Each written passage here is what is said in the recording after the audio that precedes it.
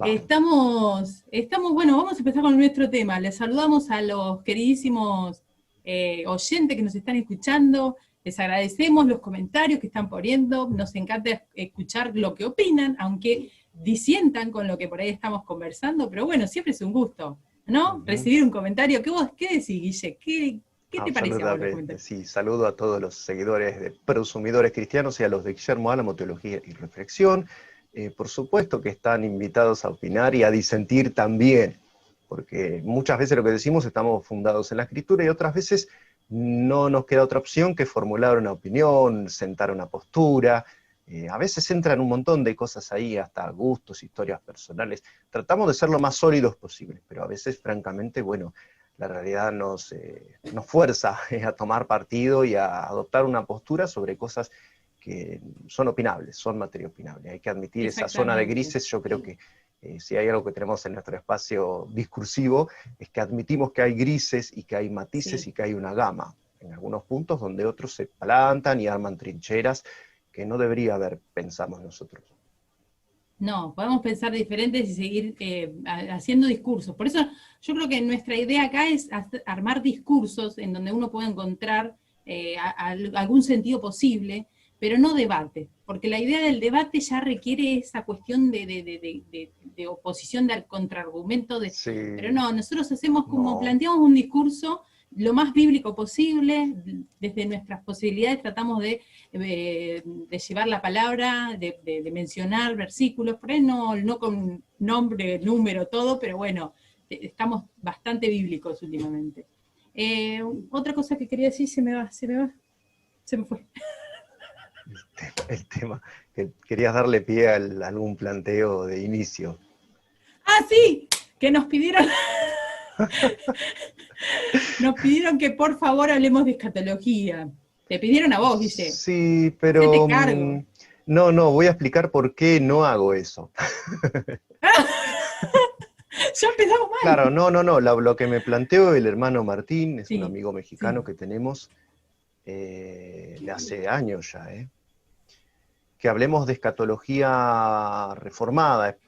Calculo yo que se refiere a la teología pactal, que no es exactamente la versión que tenemos nosotros, que es la dispensacional, que tenemos la mayoría de Bien. los evangélicos pentecostales, pero también algún bautista como John MacArthur. Sí, O sea, sí, por sí. eso digo, lo de las banderías debería a veces bajar Desaparecer. porque ya Sí. no funciona, digamos, no se usa, ¿entendés? Un John MacArthur ultra bautista, ultra calvinista, pero es dispensacionalista y futurista como nosotros.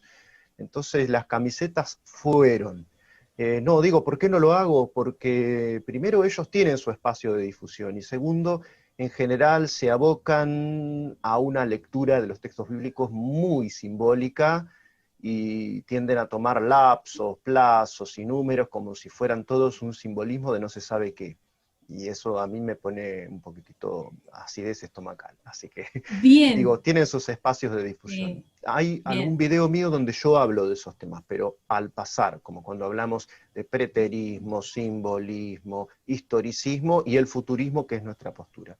En un video de hace no sé cuántos años ya, pero hablamos de Pero otras posturas escatológicas. ¿se puede? A ver, una pregunta. ¿Se podría Sí. hacer algo como actual y largar el Mm, tema más desde lo escatológico, por ahí no entrando en la parte sí, reformada, pero hablar un poco de claro. escatología, de los tiempos, por ahí decir que hay diferentes, no sé, posturas y Sí. nada más, como Sí, mencionarla? no, Como para hacer algo mencionarla, más. sí, claro, pero sería como un programa, estaría bueno eso, hacer una... Bueno, Bueno, entonces, no, sí, ¿se podríamos, puede? pero debería ser un programa donde explicáramos, grosso modo, por lo menos, cuáles Sí, son las distintas lecturas que hay sobre la escatología. Pero sí, ahí sí, no sí. dejaría de meterme con la escatología historicista mormona, la adventista del séptimo día.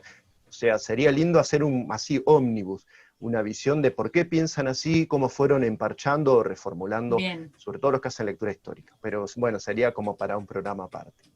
Bien, bueno, a pensarlo, porque Sí, sí, estaría queda. bueno ir viendo desde ese lugar cómo podemos armar ese tema. Pero bueno, el tema que Ujú, nos convoca hoy, vamos al tema que nos convoca hoy.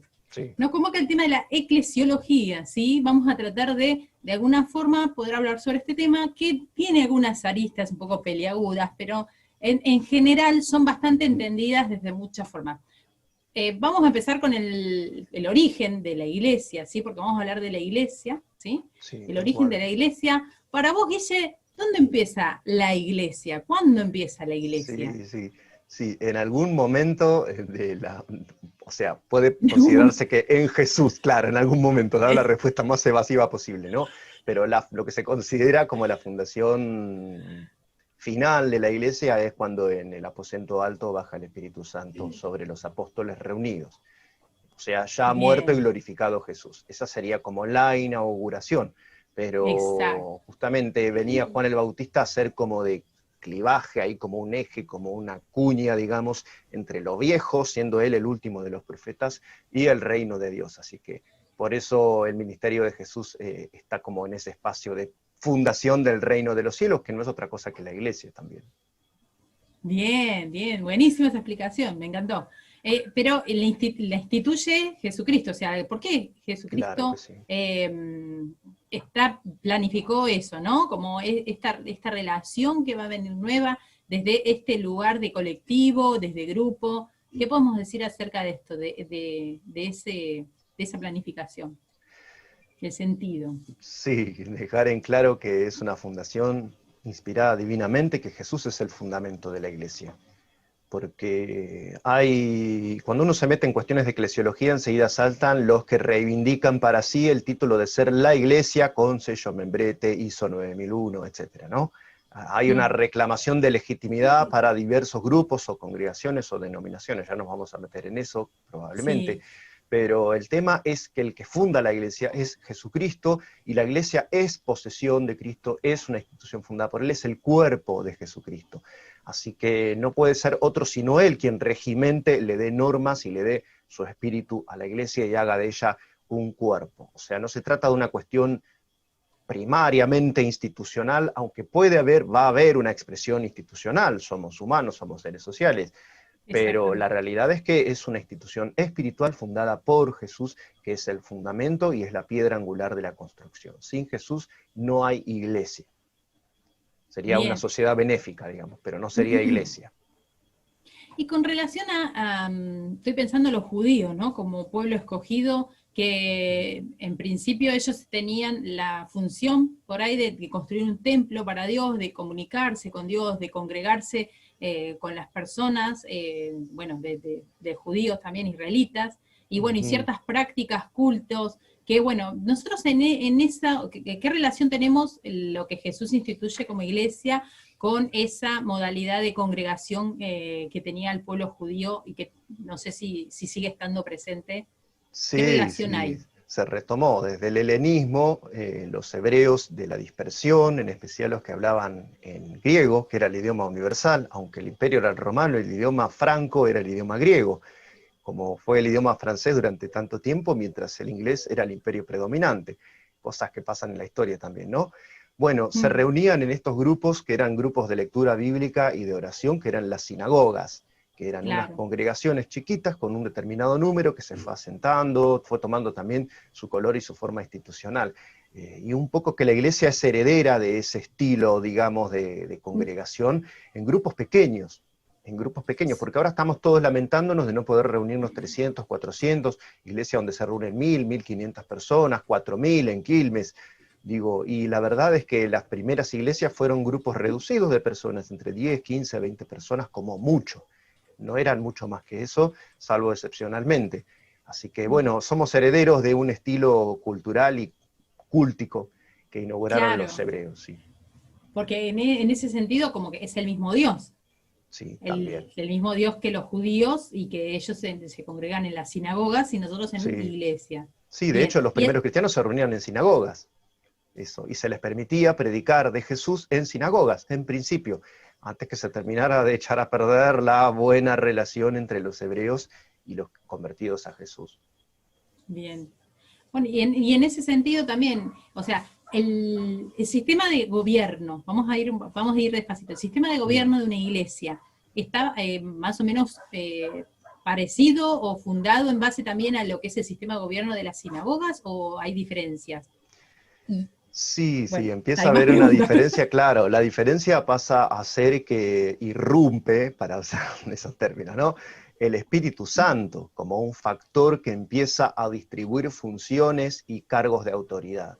Eso es algo que los Bien. hebreos no contaban, o sea, probablemente distribuían funciones de acuerdo a la cultura, al acceso a los textos, a la Biblia, al Pero conocimiento de también, hebreo, que ya no era tan común para nada en esa época.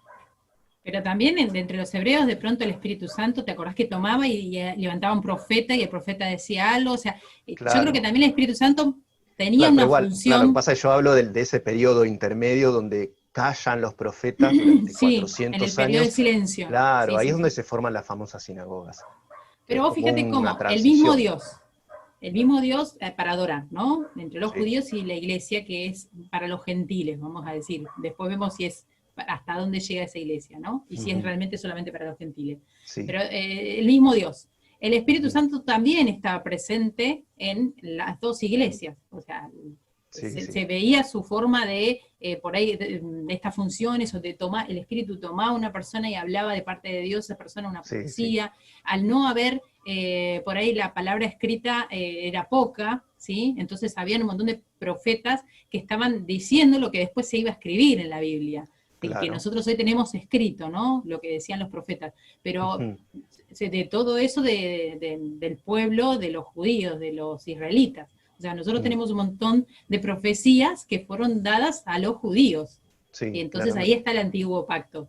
Pero sí, nosotros lo tomamos como parte de nuestro libro entero, ¿viste? claro que sí. Del libro de la iglesia. Pero vemos que Ujú, ahí también el Espíritu Santo también tenía una función por ahí no tan, no sé, por ejemplo, el tema de la santidad, ¿no? Estoy pensando ahora. ¿Qué sí, diferencia había en el templo en el momento en donde esos sacerdotes, porque también habían sacerdotes, ese sistema jerárquico, ¿no? Que estaba compuesto por sacerdotes, por levitas, o sí, sea, tal cada cual. uno tenía una función, pero también había una designación de parte de Dios, porque Dios había dado mandatos de cómo tenían que ser las personas para estar en esos cargos, cómo iba a ser el llamado, Dios hacía los llamados, y también esa persona tenía que tener ciertas cuestiones por ahí superficiales, externas, ¿no? De cuidado Sí, para sí. entrar a la presencia de Dios, ¿no? Ujú, Internas, obviamente, pero como que había una imposibilidad técnica en hacerlo, ¿viste? sí, La realidad total. es que nosotros tenemos desde adentro mucho más posibilidad de ser santos que desde afuera. En cambio, ellos tenían solamente los vestidos, la ropa de lino, lo que simbolizaba la pureza, el lavatorio, tenían un montón de complementos superficiales o externos Mm, para poder entrar a la presencia de Dios, a ese templo. El templo también tenía ciertas construcción o cierta construcción, ciertos espacios designados, mm, eh, que hoy nosotros por ahí en la iglesia armamos estructuralmente una iglesia y pensamos en ciertos espacios también, el púlpito, el lugar para el la silla, altar, sí. que el bautisterio esté adentro, ¿viste? Nada de salir a un Sí. río, No, nada, no, vamos al nada de arroyo. tener que ir a, nada de tener que ir a Punta Lara, ¿no? Sí, el arroyo del tío Pedro, el arroyo Miguelín, no. Con Sí, bautisterio incluido, todo. sí, todo, la Pero mar en bueno, coche. eso, estoy pensando que habían Mm, ciertas similitudes, sí, sí. también en la función y en la institución, y en Dios como ahí interviniendo en las personas, en las posibilidades que esas personas sirvan con una función, un sistema de gobierno. Había también Sí, un sistema de autoridad. sí, es muy distinto, digamos. Ahí hay como una sombra y como un anticipo de lo que va a venir, porque el sistema antiguo, digamos, se basaba en el establecimiento de una casta de sacerdotes que iban de manera hereditaria, o sea, había incluso un ADN que ahora los hebreos que quieren Sí, restablecer su culto están buscando en los registros de ADN, viendo a ver quiénes pueden llegar a transformarse en el futuro cuerpo de sacerdotes del tercer templo de Jerusalén. Así que bueno, venía por ese lado, era un sistema sumamente jerárquico, hereditario, era un cuerpo de personas consagradas, y después estaba el pueblo que venía y ofrecía los sacrificios según estaba escrito, sujetándose a todas las indicaciones y al, digamos, al contralor, al manejo de la cuestión por parte de este cuerpo de grupo, de este grupo de personas totalmente consagradas, que además lo debían ostentar de manera muy visible, digamos, que ellos eso, eran sacerdotes, que era el sumo sí. sacerdote, no había manera de confundirse al sumo sacerdote, no sé si se lo cruzaba a uno por la ciudad, digamos. Claramente se trataba de él y no había otra opción, otra lectura. Pero lo que quiero decir es, había un cuerpo, había un grupo, había un conjunto de rituales, de actos simbólicos, de ropas, que anticipaban de manera figurada y simbólica lo que tenía que venir después en el plano espiritual y moral. Y en eso no, más allá del esplendor y del efecto estético que pueda llegar a producir sobre tu corazón el Antiguo Testamento, tenés que entender que cualitativa y cuantitativamente el Nuevo Pacto es infinitamente superior al Antiguo Pacto. Sí, eso yo lo entiendo. Incluso la discontinuidad, los profetas, ¿no? Se levantaba un Miqueas, un Amós, no sé, un Joel, pronunciaba su profecía, supongamos que estaba algunos años pronunciando su profecía, y bajaba, reposaba con sus padres, como decían los hebreos, y se terminó, digamos. Había como una gran discontinuidad, Dios hablaba de vez en cuando, Dios tenía como unos mensajes así tipo telégrafo, digamos, para usar una metáfora ruda y medio bruta, pero la realidad es esa, había una discontinuidad que era sumamente, digamos, fácil de detectar desde ahora, ¿no? Que el Espíritu Santo se conecta con nosotros todos los días y con todos los creyentes. Por eso Jesús le dice a Juan el Bautista, que es la última expresión de ese mundo que se estaba yendo del antiguo pacto, el más pequeño en el reino de los cielos es más grande que el más grande del antiguo pacto, que fue precisamente Juan el Bautista, aquel predicador del desierto, ¿no? Que anunciaba que iba a venir uno que él no era digno ni de desatarle la correa de sus sandalias. Así que todo eso que se expresaba en símbolos y de manera discontinua, todo el Espíritu Santo ya estaba ejerciendo sus funciones, ya estaba respaldando ciertos ministerios y ciertos cargos de autoridad, pero todo eso de manera discontinua, anunciando lo que después se iba a transformar en una práctica y en una comunicación permanente con todos los que fuimos hechos hijos de Dios. Así que sí, hay un simbolismo y como se dice en teología, hay también como un tipo, digamos, como un gran órgano simbólico que es todo el sistema de culto del Antiguo Pacto, anunciándonos a nosotros, la Iglesia, las bendiciones que íbamos a disfrutar nosotros simplemente creyendo en Jesús. Es impresionante cómo es verdad que es mejor, como que es la sombra, como dice la palabra en un montón de cosas, y que muchos de los antiguos israelitas que pertenecían al pueblo y miraban hacia adelante según las promesas de Dios que hablaban, anhelaban eso, anhelaban lo que estamos viviendo nosotros, ¿no? Es hermoso eso. Y hoy nosotros por ahí tenemos un nuevo sistema para conectarnos, o sea, un nuevo sistema en base a cómo nos tenemos que reunir en una iglesia, por ahí cambiaron en algunas cuestiones estéticas, superficiales, pero tenemos una mejor relación interna. Eso está pensado para que los sujetos de este tiempo, de este momento histórico, tenemos la verdad lo mejor. Está muy bueno. En cuanto a sistema de gobierno, bueno, hablaste de sacerdotes, hablaste de que había, bueno, también hablamos de los levitas, habían ciertos lugares o ciertos ministerios, ¿no? Que cumplían cierta función. Los profetas que surgían también cuando se producía una disociación entre la práctica del culto y lo que la gente hacía en su vida privada y secreta y del corazón, digamos. Cuando surgía esta disociación, que ahora en el lenguaje moderno llamamos hipocresía, surgían los profetas y decían, cuidado, porque Dios, el mejor sacrificio que le pueden hacer a Dios es tener un corazón puro, consagrado, amoroso, que ame la justicia, que busque la misericordia. Así que ese es esencialmente el mensaje de los profetas en un tiempo en el que tendía constantemente a transformarse en una actividad rutinaria el culto. O sea, voy, sacrifico mis vacas, mis ovejas, mis tórtolas y soy pobre, y después vuelvo a mi vida y hago lo que quiero, total, después reinicio mi relación con Dios. Y bueno, ese era el problema que los profetas trataban de evitar que se diera con mucha frecuencia. Sí, y dentro de lo que es el sistema de gobierno de la Iglesia hoy, ¿qué podemos encontrar como funciones o cargos o ministerios instituidos por Jesucristo? ¿Qué encontramos? Sí, lo primero, acá vuelvo a seguir mi gusto un poquitín escéptico, pero si hay algo que a mí me llama la atención y me provoca el escozor lindo de la pimienta y de las especias, es la maravillosa indefinición del sistema que emplearon los primeros cristianos. Estamos discutiendo si un episcopos, un obispo, ¿no? Traducido, transliterado casi, hoy diríamos un pastor, es lo mismo que un anciano. ¿Qué diferencia hay entre el diácono, el anciano, el obispo? ¿Qué diferencias? ¿Qué es esto del presbiterio, los ancianos, el cuerpo de ancianos? ¿Qué función tenían? ¿Era un gobierno colegiado? ¿Era una estructura jerárquica? ¿Cómo se organizaba eso? ¿Quién estaba por encima de todos? ¿Cuál era el cargo más importante? ¿Había una cabeza por iglesia? francamente no tenemos la menor idea. Podemos hacer hipótesis, podemos tener una idea, cada uno va a tirar para el lado de lo que simpatiza, digamos, cada uno también tiene su camiseta en cuanto a esto, ¿no? Las iglesias, incluso hay iglesias protestantes que se han dividido por eso, iglesias evangélicas que no comulgan con otras porque no les gusta su sistema de gobierno. Esto también hay que aceptarlo, no por diferencias de doctrina, quiero decir. Todos creemos en el mismo Dios, en la misma Biblia, en la misma suma de dogmas, digamos, resumiendo lo esencial de la Escritura y del plan de salvación de Dios. Pero después, por cuestiones así de gobierno, empiezan a veces las divisiones. La verdad es que la Biblia no nos deja algo tan claro, y por ahí también hay un mensaje en esa indefinición de las Escrituras. Bien. Porque el hombre es muy proclive a las luchas por estar en el lugar más... La lucha del poder, vos decís. Claro, exacto. Decís, el cargo más importante es presbítero, y ya todos quieren ser presbíteros. Así que por ahí viene por ese lado la indefinición bíblica en cuanto a eso. Después, pero hay unas cosas que sí están definidas. Sí, o sea, sí. Vamos a decir, sin necesidad ¿Hay autoridad? de decir, Sí, por ejemplo. Sí, eso, vamos a decir, ¿hay autoridad? Sí, bien. Empecemos, vamos por lo básico, vamos pasito a pasito. Pasamos el limpio, exacto, lo que sí sabemos.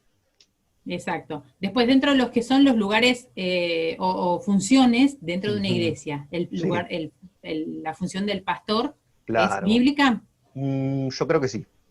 Bien. Sería el episcopos. El episcopo, bien. Claro, la función que es de un los supervisor. Vos fíjate que no dice el jefe, sino el supervisor. Es buenísimo.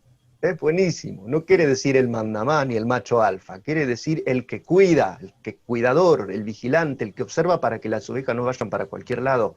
Eso era el episcopos en griego, el que mira desde arriba, el observador. Después tenías los ancianos. Claro, los presbiteroi. ¿Y eso qué función, o sea, cuál sería su función? Tenían, al parecer, una función de autoridad muy grande, primero. Segundo, se trataba de las personas que encomendaban la función a los futuros líderes, o sea, eran los que imponían manos, transformándote en pastor. Esto de imponer manos viene ya desde el Antiguo Testamento, desde la época de Moisés, está en el Pentateuco. Imponer manos quiere decir delegación de autoridad.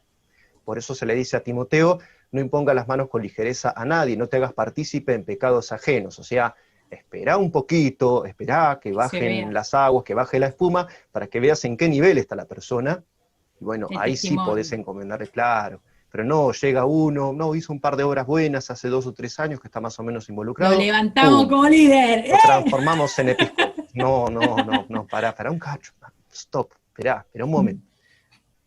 Cuando pasa la efervescencia emocional, descubrí cuál es el verdadero núcleo moral y espiritual de la persona, eso es lógico.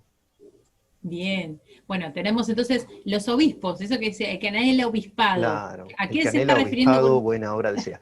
El otro día me encantó, porque me encanta, yo me entero de esas cosas que son hermosas, que tienen que ver con la iglesia romana, ¿no? Ellos tienen un principio que es nolentibus datur.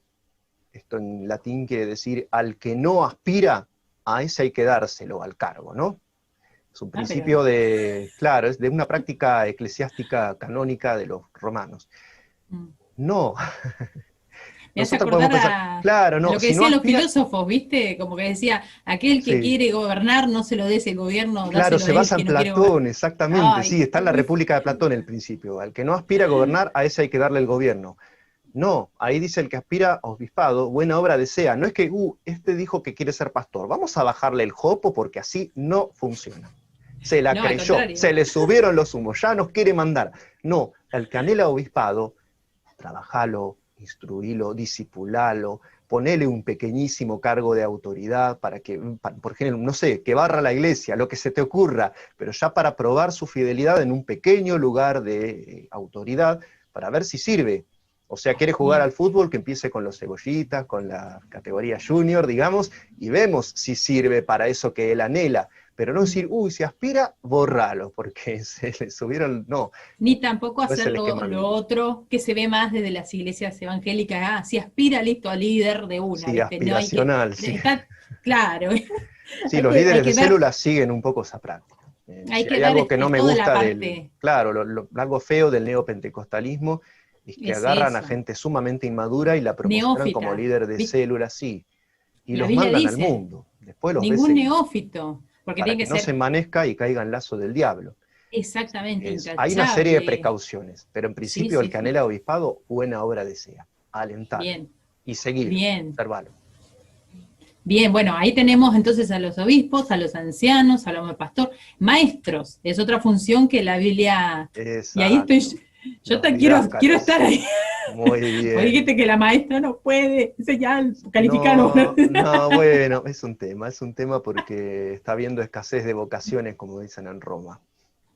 ¿Y qué haces Maestros, cuando pasa maestros, eso? Bueno, maestros, los maestros es una posición de elevadísima responsabilidad porque todo lo que enseñes, sea como episcopos, como pastor, como maestro, en un día te va a ser demandado por el Señor si hubo falta o exceso, si enseñaste cosas que no estaban o si dejaste de enseñar cosas que son esenciales.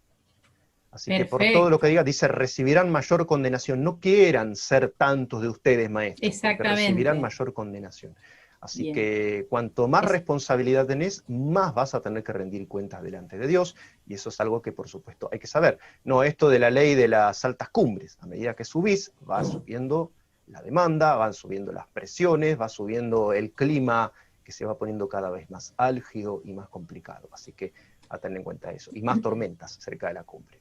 una de las cosas que por ahí no son tan visibles, ¿no? El descrédito que tiene en lo secular, el rol del docente, lo tiene también Mm, en las iglesias. Yo veo mucho como, por ejemplo, lo que es escuelita para sala de niños chiquitos, 3, 4, 5 años, a mm, veces se eligen adolescentes, ¿sí? Y están en lugar en calidad, no de cuidadoras, sino que también están impartiendo una mini clase bíblica, pero a veces sobre mm. ellas, sobre estas niñas, no hay por ahí como una especie no sé, de fijarse si realmente qué es lo que están enseñando, Sí, planificando.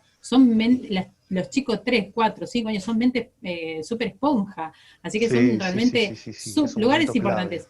Pero yo creo que también eso, no solamente cualquiera que anhele ser maestro, que tenga en cuenta que se le va a demandar, sino que para cada edad, para cada edad a la que Dios te llama, hay algunas cosas que vos tenés que saber, que tenés que enseñar, ¿sí? Porque hay mucho neófito que recién llega y enseguida a maestro, y otra cosa, y es es como el escalafón más bajo dentro de las iglesias, te meto en escuelita de sala Sí, cuna, sí. ¿viste?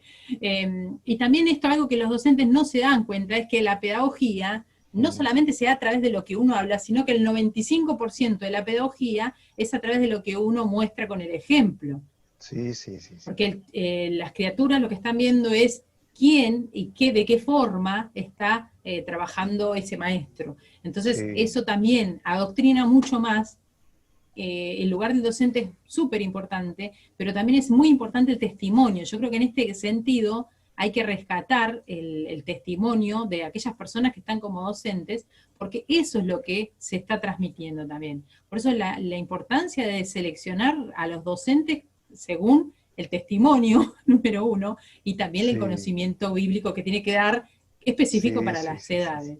Pero Sí, no se sí. está teniendo muy en cuenta esto. A mí eso me molesta un poco. No, pero vos fíjate que los diáconos, que eran los que servían en principio la comida en las primeras congregaciones cristianas, tenían una lista así enorme de requisitos morales y espirituales, decía lleno del Eran los... Espíritu Santo, Sí, y hacían unos menesteres más bien materiales, digamos, justamente para aligerar de esa tarea más elemental a los apóstoles que se dedicaran más a la enseñanza de la palabra y de lo que el Señor claro. les había Vos fíjate revelado. cómo cambiaron Sí. los órdenes ahí. Mm, Ahora es más, es más, o sea, los que recién arrancan como maestros, cuando en realidad tendrían que ser tareas designadas para la gente que está cumpliendo con años, con testimonio, con formación, que no sea un neófito. O sea, la verdad que mm, bastante complicado desde ahí. Ahí eso como sí, para pensarlo, ¿no? sí, Tiramos sí, ahí sí. la propuesta que Sí, la agarre. absolutamente. A juicio de los que tienen responsabilidades en cuanto a eso. Exactamente. Bueno, en cuanto a, me faltó alguno más, maestro, evangelistas. En lugar del Oh, evangelista, evangelista. palabras Primero, mayores. esto es algo que en las iglesias Porque a medida que va pasando el tiempo, porque nos quedamos en el primer cristianismo, que se reunían en casitas o hacían en unas casas tipo herraduras, se asomaban por las ventanas y miraban desde arriba, digamos. Y acá serían las casas chorizo, ¿no? En Buenos Aires. Bueno, pasó ese tiempo y la iglesia empieza de a poquito a adoptar formas cada vez más cristalizadas de institucionalización, que es algo que a los sociólogos y a toda esa gente les encanta estudiar. Se van formando estructuras cada vez más refinadas, más alquitaradas, más enrevesadas, hasta que se llega a un punto en el que surge esta división entre laicos y consagrados. Y es entonces cuando los laicos, el cuerpo de las ovejas, ¿nunca escuchaste eso? Fulanito, no sé, supongamos, fulano se va a poner de novio con Mengana. ¿Es oveja fulano? Denotando con esto persona no comprometida en un llamado o ministerio, ¿no? No puede haber un cristiano que sea oveja pura, no puede, no puede. Tenés que estar en algo, tenés que tener algún ministerio, tenés que tener algún llamado, algún propósito que justifique tu paso por el mundo. Mira, voy a usar un término fuerte, pero la realidad es Pero esa. también, pero también en relación a un tiempo, porque uno cuando recién arranca Sí, es primero miembro, y sí, luego, miembro y ahí podríamos decir evangelista. que eso, Miembro y evangelista. es que al El principio, evangelismo, sí, la samaritana sabía 2 palabras del Señor y fue y convirtió a una ciudad. bueno, está bien, Entonces, tenés para razón. mí el llamado evangelístico, quería apuntar hacia eso, es el Ah, llamado bien, de todo creyente. básico. No digamos en las iglesias que para ser evangelista necesitas la autorización de la, no sé, General Motors, no sé, la CIA, el Pentágono, no. Ya sos un evangelista. Y evangelista quiere decir en el lugar, tiempo y modo que a vos te parezca. O sea, querés evangelizar en las redes sociales, hacelo. Ahora veo a los adolescentes y a la generación centennial evangelizando en TikTok, fenómeno, háganlo. Te abriste un canal de YouTube, fenómeno, hacelo. ¿Querés salir a las calles? Dale, hacelo. Quiero ir no sé, a las plazas de mi ciudad. ¿Querés invitaciones? Tomalas, andá. Eso, las iglesias tienen que ser catalizadoras de vocaciones evangelísticas porque un cristiano igual un evangelista, en principio.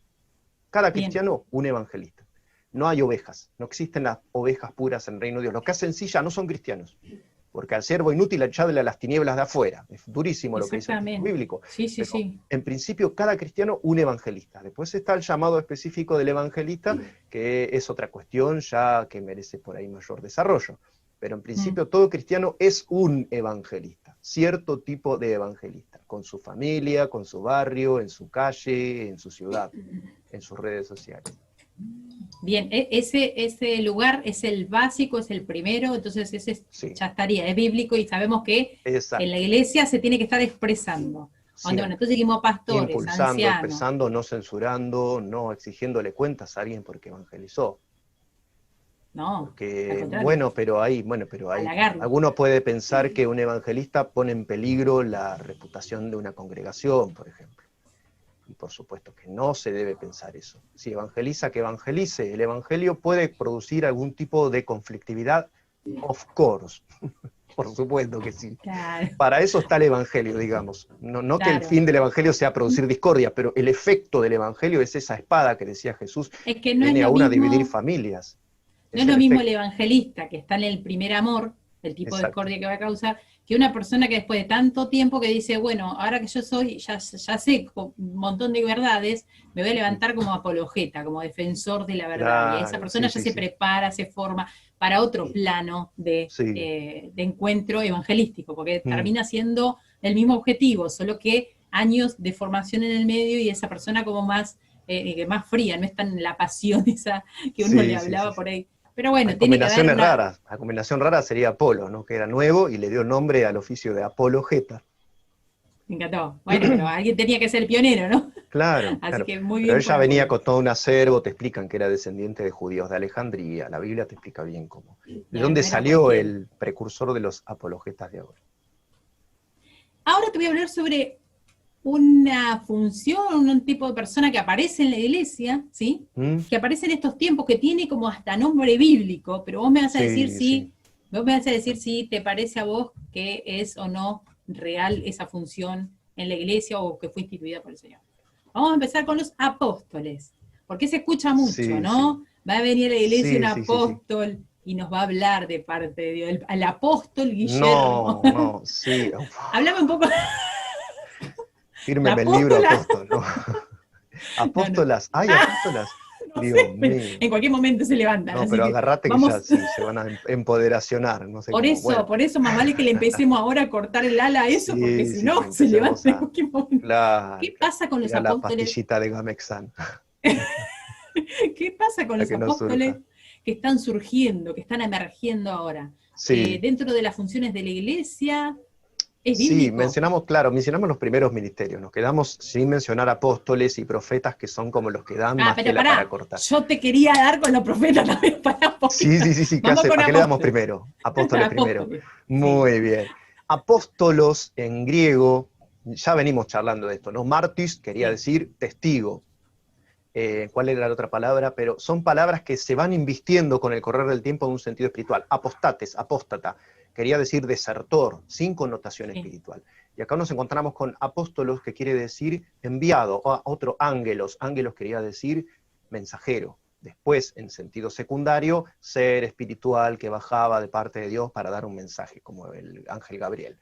Entonces, son palabras que se invisten de un sentido espiritual. Los apóstoles por excelencia fueron los 12 discípulos de Jesús, y el último como abortivo, porque ya después de la muerte y resurrección del Señor, el apóstol Pablo. Con él, que dice ser el último, se declara a sí mismo el último, esa lista queda cerrada. Así que apóstoles por excelencia son esos 12. Son los 12 cuyos nombres van a ir impresos en los fundamentos de la nueva Jerusalén que Dios va a hacer bajar del cielo al final de la historia. Así que estamos hablando de palabras mayores. Son los que plantaron la iglesia, son los que se jugaron la vida, la mayoría de ellos murieron como mártires, según cuenta la tradición. Así que los apóstoles son ellos, pero después viene apóstol en sentido lato, en sentido extenso. Ya dijimos que es una palabra que en principio bíblicamente no estaba investida de una significación tan específica como la que le damos ahora teológicamente. Entonces son los que ahora llamamos, en lenguaje vulgar evangélico, los misioneros. Lo que pasa es que no es Pero, tan claro, un fundador de iglesias, alguien que va a un terreno virgen, que no ha sido evangelizado, y funda iglesias, es un bien, misionero. Eso era un apóstol. Era bien. eso, digamos, Porque básicamente la vos función fíjate del que apóstol. la función del apóstol se sigue cumpliendo hoy en las iglesias cristianas, ¿sí? Ujú. Porque de hecho los misioneros son parte de la iglesia y hay muchas iglesias que apoyan ministerialmente esa labor. Y Sí, tal después cual. está el tema de que hay mucha gente que se autodenomina apóstol y Sí, va visitando eso. iglesias y se los convoca y se hace el flyer con el nombre ahí grande, el Sí, apóstol, no sé cuánto. apóstol Y eso ya me Gerson parece que González. entonces, claro, es como para darse chapa. Es como Claro, usar. además existen conceptos que no están en la Biblia, como cobertura apostólica. Hay toda una doctrina que no es bíblica. Lo que pasa es que los que Bien, van a estas iglesias no saben que eso no es bíblico. bien. Como se les ha dicho tantas veces y lo escuchan con tanta frecuencia, tal iglesia necesita cobertura apostólica. Y por eso se entiende que esté un señor que se hace llamar apóstol a cargo, al cual se le destina un determinado número de sostén económico, de dinero. Entonces ese apóstol a cambio hace una cobertura apostólica. Ese sistema no está fundamentado en lo que dice la escritura bíblica, no hay un Es solo pasaje en el que inventado, se hable de eso, en absoluto. es Es inventado por inventado un hombre vivo. 100% por un hombre sumamente hábil y astuto para los negocios, pero que en el reino de Dios seguramente no tiene arte ni parte, ninguna clase de lugar. Bien. Ahora vamos a los profetas, Ahí porque este está. también tiene su peliagudez. Sí, exacto, porque es uno de los ministerios levantados por Dios en el Nuevo Testamento. También hubo profetas, Sí. hubo gente que le anunció a Pablo que cuando iba a Jerusalén le iban a dar palos, que lo iban a moler, que lo iban a... Todo eso lo anunciaron profetas y profetisas, Hmm. hombres y mujeres, levantados por Ah, Dios para después, revelar un mensaje bien. específico en un momento dado. Puede ser un mensaje a futuro, como en el Antiguo Pacto, o también puede ser, como también pasaba en el Antiguo Pacto, una exhortación, alguna palabra específica de parte de Dios. No sé, pónganse las pilas, busquen de Dios, dejen de hacer meramente cristianismo exterior, sean cristianos del corazón, busquen el Espíritu Santo. Bueno, ese es un mensaje profético, siempre. Y el que profetiza, decía la mujer que ora o profetiza con la cabeza descubierta, etcétera, decía Pablo, esto nos da la pauta de que las mujeres ocupaban una función especial. Y profetizar en griego es hablar, hablar de manera externa, hablar en voz alta. Así que es tener una voz discursiva ya es ocupar una especie de función profética. Ahora bien, el ministerio profético, cuando se escribe la escritura bíblica, ya no nos resulta indispensable, como sí les resultó muy importante a los cristianos del primer siglo, incluyendo la generación del apóstol Pablo. Viste que Claro, él porque en dice, esa sí, generación lo que no tenían era la Biblia escrita entonces. O todavía, sea, claro. Pablo claro, dice, ¿se entonces, acuerdan que hablábamos de todas estas cosas la otra vez? Que hay algo que detiene a la manifestación del anticristo y ese gran espíritu de rebelión. O sea, había toda una serie de visiones y de revelaciones que recibían tanto Pablo como otros hermanos, que estaban en el ambiente, en la opinión pública, digamos así, en las conversaciones de los primeros cristianos, porque todavía no se había terminado de establecer el texto bíblico, así que Dios se revelaba y se manifestaba y hablaba con ellos a través de profecías. Así que la función bien, profética seguía vigente. bueno. Y en caso de, por ejemplo, estos que ahora se usa mucho, no sé si te habrás enterado, los profetas itinerantes, Ah, sí, sí, sí. Ah, que bueno, mira, qué que lindo, ¿no? van, Volvemos a la sociedad es una, pastoril, claro, la vemos ahí echando el trigo a Ruth, ¿no? Junto a en la era de Boz, o juntando la cebada en un efa, ¿no? Todas esas cosas profetas sugestionan, itinerantes. claro, sugestionan por el lado del anacronismo, y ahí nos agarra el ataque de romanticismo, o esa cosa tipo las geórgicas de Virgilio, ¿no? Qué Mm, lindo, decimos, y suspiramos, si volviéramos a los buenos tiempos donde la gente montaba en un camello veloz, no. La cuestión es, bueno, hay mucho vivo de por medio en toda esta historia. Esos señores recaudan un dinero, y yo les diría que se busquen un trabajo decente, empezando por ahí. Así de directos y de claro tenemos que ser sí. con ellos. Porque no hay apóstoles en el sentido de los 12 apóstoles, no existe la cobertura apostólica. Una iglesia que no tiene un apóstol a cargo es una iglesia, y si es de Dios, Dios la cuida. Tiene Ujú. ángeles cuidándolo. Esto, si nos agarramos de la lectura más espiritual de Apocalipsis 2 y 3, se supone que hay ángeles a cargo de las iglesias. Es otro tema discutible y polémico, pero no importa. Lo que quiero decir es, las iglesias ya cuentan con protección, no necesitan un apóstol. Y los profetas itinerantes, bueno, que se busquen un trabajo. Y en caso de los diáconos y diaconisas, ¿es bíblico diaconisas en las iglesias? Sí, sí, sí, sí, eso está en la Ah, Biblia, bien, sí, está claro, claro. Diaconía o diaconía era el servicio, digamos, más doméstico dentro de las iglesias. Vuelvo a decir, eran iglesias de 10, 20, 30 miembros. Entonces bien. había que cocinar. De hecho, nosotros celebramos la Santa Cena y tenemos todo un sistema ya culticamente establecido del pancito, la copita con vino. Algunos pasan una especie de cáliz que va de mano en mano. Digamos, cada uno tiene su modo de representar Sí, simbólicamente la cena del Señor. Pero las sí. cenas originales, los ágapes, dice, esos son manchas en vuestros ágapes, eran una comida hecha y derecha. O sea, había carne, Volvamos a verdura, eso, frutas, y en medio el volvamos pan a y el eso. vino. Claro que volvamos a eso. Yo creo que está bien, yo creo que está bien. Es Vamos más a complejo comer. de administrar, porque ahora nuestras iglesias tienen 100, 200, 300 personas o más. Entonces viene por ahí. Los diáconos y las diaconisas eran personas que se encargaban de hacer ese servicio doméstico, digamos, ese servicio más terrenal, más material, para sacarles de encima esa carga a los apóstoles que ya tenían muchísimo con instruir en la doctrina a la gente. Así que venía Bien. por ahí la cuestión. Así que si tiene que haber diáconos y diaconisas, según cómo organices tu iglesia, según qué clase de actividades desenvuelvas cada fin de semana. Escúchame, Guille, ¿se puede ser salvo? O sea, ser salvo y tener una vida cristiana sin pertenecer a ninguna iglesia. Es complicado. Se han hecho frases ingeniosas sobre eso. Yo prefiero dar un veredicto duro y derecho. No, no, no se puede. No se puede. Porque está muy bien y es parte de nuestra herencia como evangélicos saber y tener en cuenta que nuestra relación con Dios es personal e individual e intransferible. Acá nadie se salva por herencia, ni porque se casó con, ni porque es el hijo de. Oh, No, gracias. no, Ah, no existe eso. Claro, no, no, no, no, hay, no no es hay que. ningún tipo de cuña política acá. Claro, Este, viste que ni de grupo y factor de tu madre compartís, por ejemplo. Entonces, la salvación no se hereda, no se transfiere por herencia. Así que es bien, individual. Y en eso nunca haremos suficiente hincapié. Es personal y es individual. El bautismo también tiene que ser algo personal e individual. Por lo tanto, pensamos nosotros, que nos llaman anabaptistas, que tiene que ser algo voluntario, decidido por la persona. Ahora, dicho esto, la salvación no es algo que se pueda lograr aislado del cuerpo de Cristo. no existe la vida espiritual aislado de la corporación que es la iglesia. Ahora tomamos más cuerpo como una posesión individual, somos gente moderna, no nos olvidemos. Sí, sí, sí. Somos subjetivistas, bueno, ya hemos charlado largo y tendido de todo eso. Pero el cuerpo en la Biblia designa también un organismo que es de orden colectivo y social. Entonces no hay vida espiritual apartados del cuerpo de Cristo, que es una corporación. Bien. O sea, somos muchos. Y es un proceso, ¿no? Esto de corporación, esta terminación indica un proceso. Es algo que está siendo amasado por el Espíritu Santo a lo largo de los tiempos. Así que la respuesta para mí es clara. No, no hay posibilidad de ser salvo sin haberse incorporado a la iglesia. Suponiendo que, bueno, uno tenga la posición, pero digo, ¿qué tan extraña tiene que ser la situación para que alguien se convierta absolutamente aislado del mundo?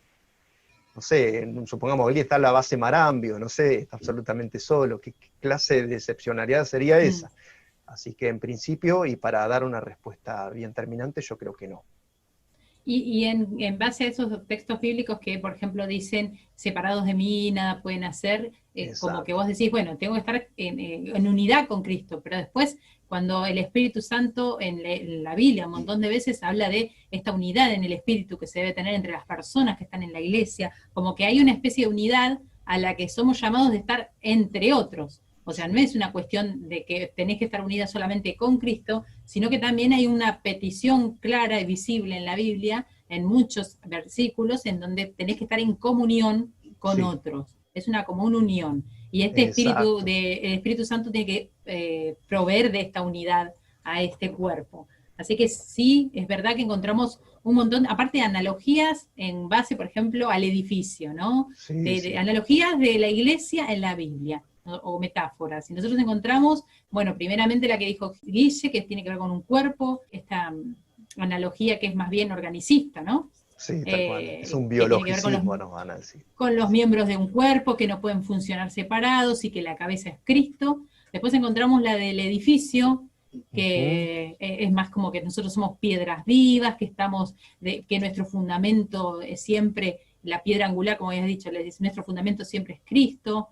Así sobre esos fundamentos se establece la iglesia como piedras vivas, y dando esa idea fuerte, ¿no? Del edificio de morada de Dios, ¿no? Porque somos un templo, así como el templo en otro momento fue el templo, el tercer templo, el segundo templo, en el caso de los israelitas, nosotros somos templos vivos, templos del Espíritu Santo, y en la iglesia somos el lugar y la morada de Dios, ¿no? Dios habita en la alabanza de su pueblo. Exactamente, la moradora de Sion, un sermón que a mí me marcó muchísimo. La primera vez que me congregué pusieron allá en Citibel el sermón Moradora de Sion de Marcos Witt. Sermón, está buenísimo, está muy bueno ese. Esa fuerza que tiene, ¿no? La palabra edificio, esto de inamovible, de que viste que también Cristo dice que las fuerzas del Hades no prevalecerán. También la expectativa gloriosa que tenemos como iglesia, de que va a ser mucho más grande, la iglesia postrera que la primera. O sea, hay un montón de versículos, ahora se me están viniendo todos juntos, pero un montón de versículos bíblicos que nos hablan de la necesidad de estar en este cuerpo, como Dios lo instituyó, ¿no? De pertenecer a una iglesia. Y que pertenecer a la iglesia tiene que ser voluntario y consciente, ¿sí? Voluntario en el sentido de que nadie es miembro porque esté sentado y porque lo hayan traído a la fuerza y lo sentaron ahí a escuchar. Nadie es compulsivo, ¿no? En la Edad Media agarraban 200, 300 germanitos, le lavaban un poco la cara, los espolvoreaban, ahí les lanzaban agua desde atrás y les decían, bueno, ustedes ya son católicos, pónganse contentos, ya son cristianos. Y lo hacían así con masas enormes de personas. No, pero eso no cuentan para la lista de lo que es una iglesia pensada como Dios la pensó. Bueno, entonces tiene que ser voluntaria y consciente, o sea, porque uno al pertenecer a una iglesia se siente parte y algo que es algo social, ¿no? Que es más psicológico, social, del tema del sentido de pertenencia, de uno de estar en un grupo social al cual uno le da identidad a uno y uno también se siente parte de esa iglesia. O sea que tiene también un fundamento psicológico social, tiene que ver con esto del sentido de pertenencia. La realidad es que nosotros somos seres sociales y en eso que Dios pensó en la iglesia está contemplada una de nuestras necesidades también, ¿no? Sí, sí, sí, nuestras sí. necesidades más básicas de estar en sociedad. Sí, saber que no estamos solos en lo de creer en el Señor, saber que así como nosotros enfrentamos cada uno sus luchas y sus desafíos y sus debilidades, hay otros que tienen otras diferentes, pero todos como seres humanos llamados por Dios a ser salvos y a ser parte de su pueblo y también a expresar en esa unidad de diversos que es la iglesia, esa unidad de Bien, diversidad de temperamentos, de historias personales, de culturas, de pertenencias, de lenguas, decía, ¿no? Gente de diversas lenguas que de pronto, aunados por el Espíritu, empezaron a entenderse entre sí, expresando también lo que después va a pasar entre las iglesias psicológicamente a lo largo de los tiempos. Nos entendemos, un cristiano de China tiene más posibilidades de comprenderse con un cristiano de Argentina que con alguien no cristiano de sus respectivos países y culturas de origen. Así que todos juntos también para expresar un testimonio de que Jesús vive en nosotros. Juntos y siendo uno para que el mundo crea, expresa eso también. Como ya morimos a nosotros mismos, entonces lo que se expresa a través de nosotros es la vida de Jesús. Y la vida de Jesús nos transforma en su rebaño, en su cuerpo de hijos de Dios y también de hermanos y amigos de Jesucristo. Así que también en esa unidad estamos proyectando, como decía hoy Nancy, un mensaje, porque los mensajes de las palabras y de los discursos están bien y son necesarios, son indispensables, diría yo, pero tienen que ir acompañados de un mensaje de hechos, de fraternidad efectiva, de amor verdadero, de amor que se vea, amor que se note, que se proyecte al mundo como un mensaje que nadie pueda poner en duda. bien.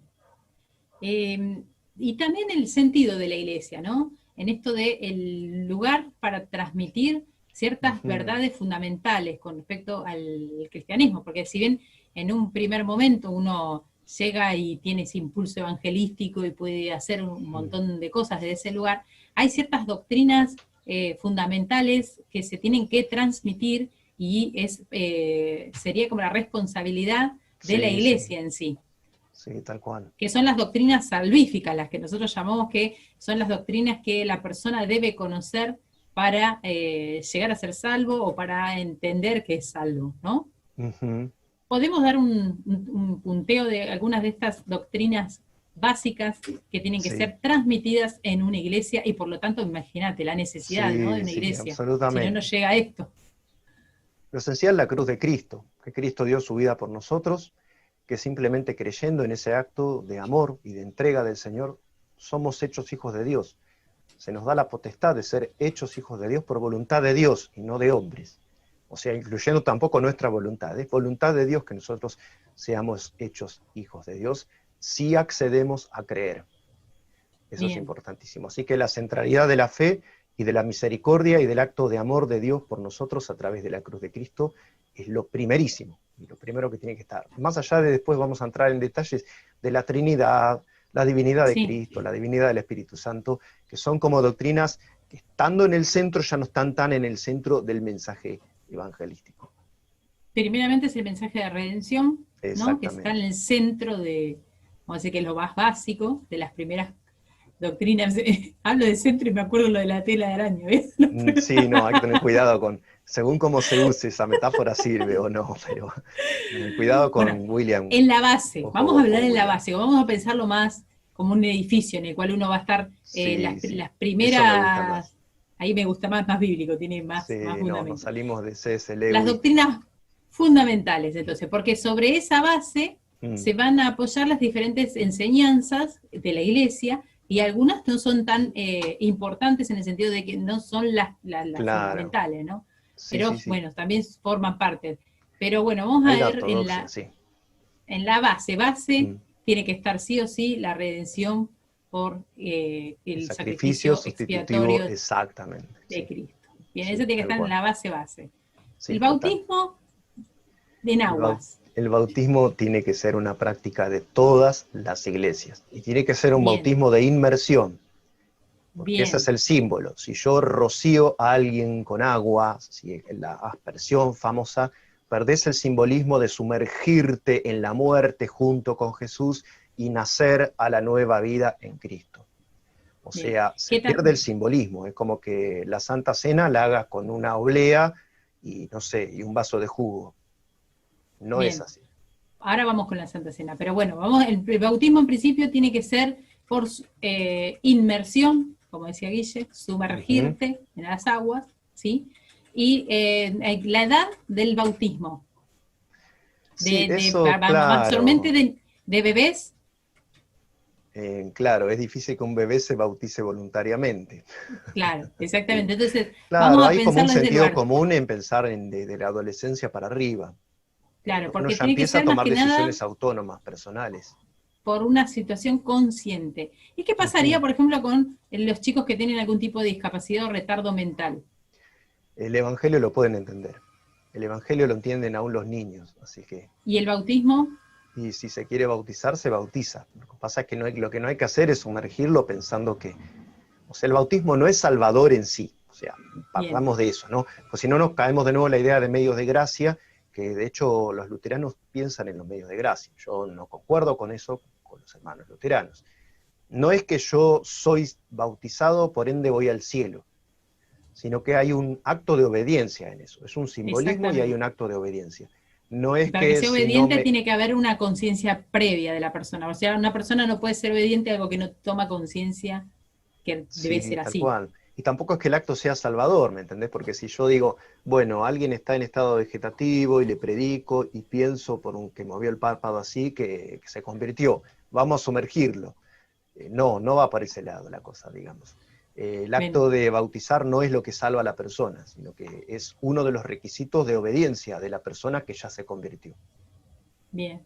La Santa Cena, ahora sí, porque yo la tenía Sí, para el último, pero la me Santa Cena, anticipé. ¿es un ritual que se podría celebrar fuera de la iglesia?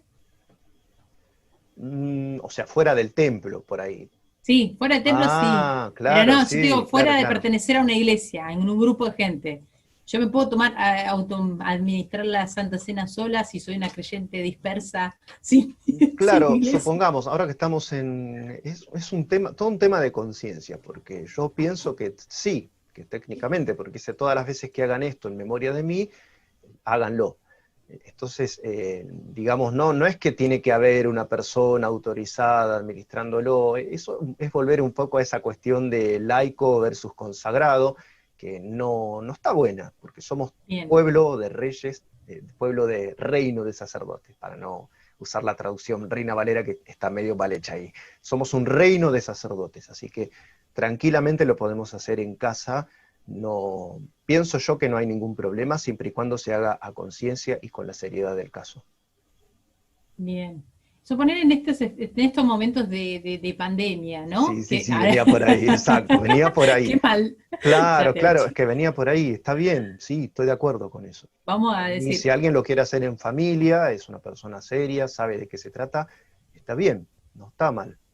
Es como decir, voy a esperar a alabar a Dios a estar en la iglesia, y como no alabo en la iglesia, no alabo más. No es así. Insisto, eh, si para algo tiene que servirnos la pandemia es para desacralizar espacios. bien, Porque podríamos antes, usarlo para eso. claro, viste que Roma tenía como, a ver, vamos a inaugurar un templo, bueno, vamos a bendecir el terreno para que esté limpio, no sé, cosas raras así, pero que Mm, sin darnos cuenta también interiorizamos. De hecho, no decimos voy al templo, decimos voy a la iglesia, y la iglesia soy yo, la iglesia no es un lugar al que yo voy a ir. No hay espacios sacralizados.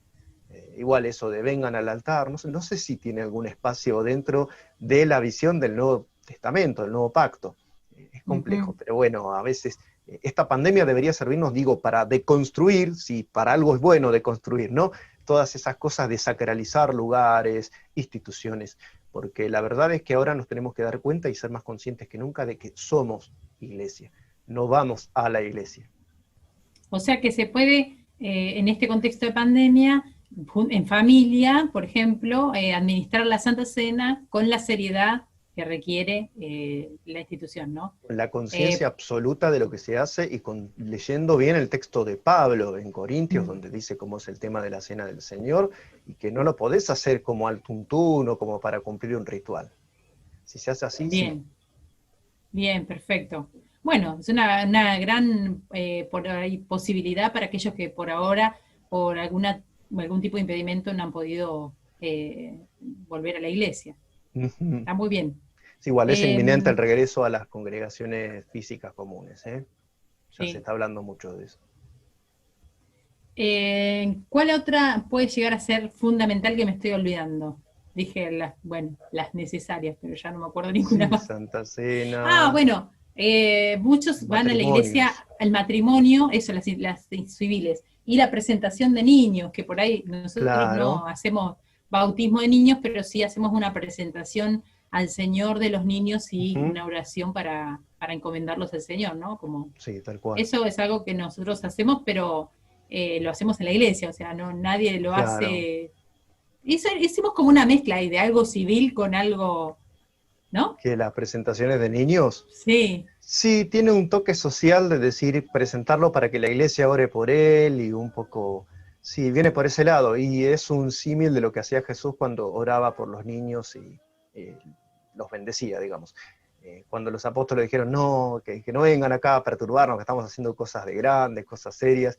Y Jesús dijo, no, al contrario, el que no es como un niño no puede ingresar al reino de Dios. Dejen a los niños venir a mí. Bueno, y digamos todo el contexto. Pero la verdad es que no está mal la costumbre, está buena, digamos. No hay nada raro en eso. Así que yo estoy de acuerdo con eso. y Después hubo otra, matrimonios, matrimonios. porque acá Sí. ahora viste que con esto de que el Estado se quiere desvincular de la iglesia en todo lo que Mm, pueda y como que está fuertemente esa política de separar iglesia de Estado, ¿no? Que sí, en principio habría un montón de beneficios, pero también una de las cuestiones es que hay mucho de las cosas que los cristianos hacemos, por ejemplo el casamiento, que lo sí, hacemos en una instancia civil y también lo hacemos dentro de nuestra iglesia, es sí, algo, para nosotros también es algo fundamental, ¿no? sí. ¿Qué pasaría con el matrimonio? El matrimonio válido, esto va para los que se quieren casar o están pensando en eso, es el matrimonio civil. Porque esencialmente el matrimonio es una institución social, civil, despojada de todo carácter sacro. ¡Wow! ¡Qué tiramos, ¿no?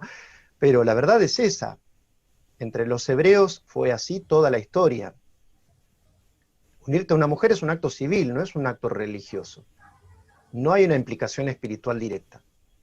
Ahora, hacerlo en la iglesia lo hacemos para tener la bendición de los hermanos, para formalizar, blanquear, digamos, la situación de los hermanos, y algunos también por una cuestión estética, protocolar, el vestido blanco y todo el ceremonial que se nos pegó y quedó desde Roma. No lo veo Uh mal, -huh. pero, o sea, valga la aclaración de que el matrimonio válido es el civil, ese es el matrimonio posta, digamos, el auténtico. Es todo un tema, porque en Estados Unidos, por ejemplo, un pastor casa por civil. Allá Mm. tiene potestad un pastor para casar por civil, o sea, te Sí, casa un sí, pastor y ya estás casado civilmente. sí. Estaría bueno que se hiciera y se impulsara eso acá también, porque me parece lindo, me parece bueno, Mm. está muy bien. Siempre teniendo en cuenta que es una función civil que asumiría un pastor, o sea, Claro. sabiendo que no es una cuestión sacra casarse. Un hermano así, ¿qué está diciendo, hombre? Herejía, herejía, ¿cómo no va a ser sacro? Y el cantar de los cantares, yo no digo que no esté contemplado en el plan de Dios, no digo que sea profano casarse, pero sí que sepamos que es una decisión social que estás tomando, es un contrato, es un compromiso. Para toda la vida, sí. Dentro del plan de Dios, sí. Establecido por Dios, sí. Pero no es espiritual. Eso de serán un cuerpo y un espíritu, dicen algunos. ¿Cómo un espíritu? No. No, en el rapto uno va a ser tomado y otro va a ser dejado. Ahí hay una cuestión espiritual individual de cada uno de ellos. No, no son un espíritu, son dos espíritus, son dos almas, son una carne, porque están unidos en el propósito de Dios dentro del matrimonio. Pero bueno, ese es un tema que alguno puede llegar a disentir con nosotros, pero por lo menos yo pienso que bíblicamente tenemos más argumentos para estar de este lado. Claro, porque recién habías hablado de la salvación que es individual, personal, intransferible, así que en ese sentido, no por estar casado con, voy en el rapto agarrado de la zapato, ¿viste? Si vas en el O rapto, ¡ah! Te va a claro, agarrar. Otra que sí, esposa tóxica, ¿viste? claro, Le o hinchaba todo en la viceversa, tierra va ella porque ora, va a la escuela dominical, lee la y se escritura agarra y él va ahí. subido de los tacones, no, no, tampoco, No va a no, no haber es, eso. Así no, que no, se tienen que poner las pilas todos de forma personal. Muy absolutamente bien. personal e individual. Que tiene que haber un culto familiar, sí, tiene que haber oraciones en pareja, sí, por supuesto, pero digamos que es individual la resolución de tu relación con Dios. Va por ese lado mi argumento, digamos. Bien. Bueno, Guille, creo que ya hablamos de todos los temas. No tengo Unción ninguno más. ¿te acordás la unción de aceite? Ese es otro temita que A ver, dale, se háblalo. suprimió porque ahora está la teoría de Ay, que sí, es decía verdad. unjan a los enfermos con aceite. Esto está en la epístola de Santiago, si no recuerdo mal. Mm, mm. Oren ungiéndolos con aceite, porque el aceite se le atribuían cualidades sanadoras, como hoy sería ponerse un ungüento, no sé, un Big Viva Vaporub, por no un. sé, claro, no se nos ocurrió el mismo ejemplo a los dos. Bueno, Somos ochentosos nosotros. sí, claro, nos sale la propaganda, ¿no? Del señor que le pone y se pone verde. Bueno, sí, venía por ese lado probablemente, pero el aceite bíblicamente es también un símbolo del Espíritu Santo, y si alguno quiere hacer unción de aceite, yo no lo veo ni como un paganismo, ni como idolatría, ni nada. Si es una práctica que tiene un fundamento bíblico, hacela. Más allá de que te digan que pasó de moda o que ya no se usa, hacela, no hay problema con eso. Siempre y cuando lo hagamos a conciencia y tenga fundamento bíblico, que en este caso sí lo tiene. Así que a los pastores que dejaron de ungir con aceite y quieren volver a hacerlo, háganlo. Bien. Y el tema de las, ¿cómo se llama? Que las mujeres usan como una, ¿Viste en la, eso? sí, en algunas iglesias todavía se sigue usando. Es complicado La el mantilla, tema mantilla. de, claro, el velo en el templo, ¿no? Esto está en la carta de Pablo a los Corintios. Era una costumbre que se usó durante 1900 años, pero que pasado los años 60, pasado el Mayo francés, pasado el prohibido prohibir la imaginación al poder, y todas esas frases, de algunas mejor ni acordarse, las iglesias, incluyendo a la romana, que en eso siempre fue mucho más tradicionalista, abandonaron masivamente el uso del velo. Era como un accesorio que se supone indica en la mujer sujeción a la autoridad del varón. Así como el varón, según Pablo, esto es la argumentación que está en la Biblia, después podés, sí, Sí, sí, algunos sí. dicen que es ética circunstancial y que está hablando de un uso que ya estaba como legitimado entre judíos, digamos, y que ellos trasladaron así linealmente o tradujeron a las coordenadas bíblicas neotestamentarias. Pero lo que hay que ver es si eso tenía un propósito, qué función tenía y por qué, que es tan sintomático, ¿no? Que en nuestros siglos se abandonaron todos esos ceremoniales y esos Sí. protocolos bíblicos. Más allá de que yo no voy a decir que vuelvan a usar las mujeres velo, aunque si lo usan está muy bien, no me puedo oponer. Si es bíblico no me puedo oponer, lo mismo que hablábamos recién del uso del aceite de la unción. Entonces que En la los Biblia varones se no, puede no usar. usen más pantalones No, y bueno, que usen. ¿viste? ¿Te acordás la prédica, la cruzada contra los pantalones del hermano puertorriqueño? Es como Bíblicamente que no se. se dice que el hombre use pantalón. De hecho, siempre bromeo con esto. En Escocia, de la Edad Media, que los hombres usen polleras y las mujeres pantalón, está muy bien. Lo que estamos de acuerdo los cristianos todos en que es que las vestimentas del hombre y de la mujer deben diferenciarse por un corte, unos colores y unas formas. En la cultura que sea, te va a tocar, no sé, diversos modos de túnica, de ropa deportiva, lo que sea, pero que sean diferentes, que no sean iguales. Ahora uno va a las facultades, por ejemplo, y ve chicas que tienen el corte degradé, así como un hombre, un flequillito, así como un señorito de los años 80, y resulta que tienen una camiseta que dice Messi detrás, y tienen un pantalón cortito, medias, zapatillas de hacer fútbol. Vos decís, ¿qué es esto? No sabes si decir caballero, señorita o qué, porque no se diferencian, y la idea es que no se diferencien. Bueno, ese androginismo no puede entrar a las iglesias. Las vestimentas del hombre no se pueden parecer a las de la mujer. No estoy a favor de que la mujer sea con pollera y el hombre con pantalón, aunque si lo hacen está muy bien, y yo sé que en la mayor parte de Latinoamérica lo hacen. Y queda muy linda la pollera, dicho sea de pasada. Una apreciación No, no, no. Yo personal, estoy en contra de eso, ¿eh? Eh, Estoy en claro, contra como total. cada uno haga su juicio de valoración, Pantalón de si le mujer hay de gustan o muchos no. estilos. Hay muchos estilos de Claro, pantalón de mujer muy lindo. No sí, hace falta claro. ponerse una pollera. Algo que no marque mucho, por ejemplo, ¿no? Porque ahí está otro tema, que ya no tiene que ver Mm. con si es pantalón o no, o sino si es provocativo o no. Y he visto Bueno, aún pero hoy en esto, día, dice, hasta los varones se ponen es que por pantalones eso, a eso apuntaba, esos pantalones que van así como como a chupinar. ceñidos, vos decís, pará, se ve la rótula, se ve el fémur, tibia, peroné, se ve todo, aflojá que se van a ver los nervios. No, no puede ser así. Un cristiano no puede usar una ropa que sea indecente, que sea provocativa, ni aun si es de sexo masculino. Más allá de la diferencia hormonal de los dos, que ya sabemos, y ya lo hemos charlado cuando hablamos de hombre y mujer, la verdad es que ninguno de los dos deben transgredir un mandamiento que tiene que ver con la decencia, con el decoro. Son valores que tienen mal predicamento en el mundo, nos importa un comino que en el mundo esos valores estén devaluados. Nosotros tenemos que ser sal y luz. Esto no tiene que ver con ser unos fanáticos del pantalón, la pollera, etc., sino con saber ser luz en medio de un mundo que está en tinieblas. Con ciertos valores. No, yo me he visto así porque soy libre o porque tengo calor y ando con un escote que me llega casi hasta el ombligo. No, una cristiana no puede vestir como una persona incrédula, porque se debe a Cristo, se debe a la congregación y debe cuidar al varón. Esto es interesantísimo y siempre que me quieren llevar esas discusiones, parece que nos quieren llevar siempre a la pelea, hombre versus mujer, ¿no? Qué machista, patriarcal, anticuado. No, el amor de Cristo se tiene que expresar en yo cuido la mirada, yo cuido los pensamientos de mi hermano o de mi hermana en Cristo. Pensar de esta forma, por ahí, que uno provocativamente puede estar haciendo caer al hermano en un pecado.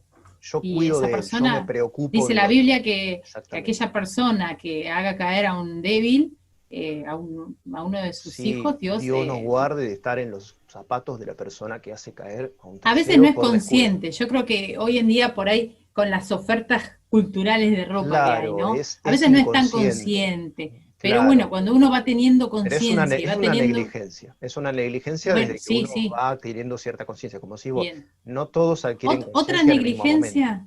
Otra negligencia que es más bien cultural, ¿no? Que uno a veces se avasalla, es el tema de los niños, la ropa, por ejemplo. En esto por ahí, los cristianos, en este por ahí intento de marcar bien la diferencia entre un niño varón y una niña mujer, a veces lo que hace sin darse cuenta es hipersexualizar tanto al varón como a la mujer, más que nada a la mujer, ¿sí? En esto de vestir a las niñas como si fueran mujeres grandes. También hay que tener un cierto cuidado, o de maquillarlas, peinarlas, como si, o sea, al fin y al cabo terminás sexualizando una pequeña niña que en realidad no tiene que estar vestida de esa forma. Pero de forma de niños, o sea, tienen que ser ropas de niños, que les permitan jugar, que les permitan moverse, que no tengan que estar... yo he visto muchos niños que los visten como muy... Y por ahí los cristianos no son conscientes de eso, de que están hipersexualizando en la vestimenta a sus hijos, ¿no? Cuidar por ahí que las nenas no estén mostrando nada, que los niños, que no se esté mostrando el cuerpo de los niños. Hay que tener mucho cuidado. También otra cosa que también he llamado la atención a muchas madres cristianas, el tema de en la calle, ¿viste? Cuando se te está haciendo pipí el varoncito, ¿qué tienen acostumbrado las madres? Vení acá en un rinconcito, ¿no? Vamos, un árbol, Son situaciones de exposición. Hay muchos niños que son tan vergonzosos que dicen, no quiero, porque puede estar pasando gente y mirar. La idea sería que ninguno, ni la madre ni el padre, de esta oportunidad de que el niño tenga que estar haciendo en lugar público, mostrarse íntimamente en ningún lugar público. Menos ninguno de los dos, o sea, niños, porque las niñas todavía es mucho más la exposición, ¿sí? Aquellas madres que tienen que cambiar a sus hijos o llevarlos al baño, mira, yo a veces le digo, es mejor que vos vayas y pases toda la vergüenza, hablando en una casa, en un negocio, en donde sea, en una pizzería, que les pidas permiso para llevar a tu hijo al baño, es mejor que pases toda esa vergüenza a vos y no que le hagas al pibe en la calle, en un árbol, que lo ve todo el que está transeúnte que está pasando. Eso me parece una falta de respeto hacia la niñez. Yo te digo que hay que vencer ciertas... por ahí eso ponerlo en su lugar, ¿no? Estamos asalvajados también, una cosa que tiene el siglo XX, ¿no? Esta cosa de asalvajamiento, de si me viene gana lo hago acá, y que esto que lo otro, como un perro, un cuadrúpedo. Somos animales, esto de destacar la dimensión animal, a veces se nos traslada a costumbres, y sí, por supuesto que está bueno cuidar el pudor. Hoy hablábamos de la decencia y el decoro, otra palabra que tiene ahora mala prensa es el pudor. He llegado a escuchar que la timidez es siempre del diablo, y francamente no. Ni el miedo ni la timidez son siempre del diablo. El pudor es algo que hay que cultivar y mantener en un cierto nivel, porque te va a impedir de hacer cosas incorrectas el día de mañana. El día que vos echás por tierra eso, el día que vos cortás demasiado cortito el césped, digamos, del pudor, de lo púdico, después eso ya no vuelve a crecer, no va a volver a haber pudor donde vos lo desalojaste de un niño o una niña, por ejemplo. Ya lo decía el Martín Fierro. Claro, y ya tiene un arma menos para defenderse en la vida, ¿entendés? Si se pierde la vergüenza, jamás se vuelve a encontrar. Y sí, la idea es esa. Sí, Sí. La idea es esa.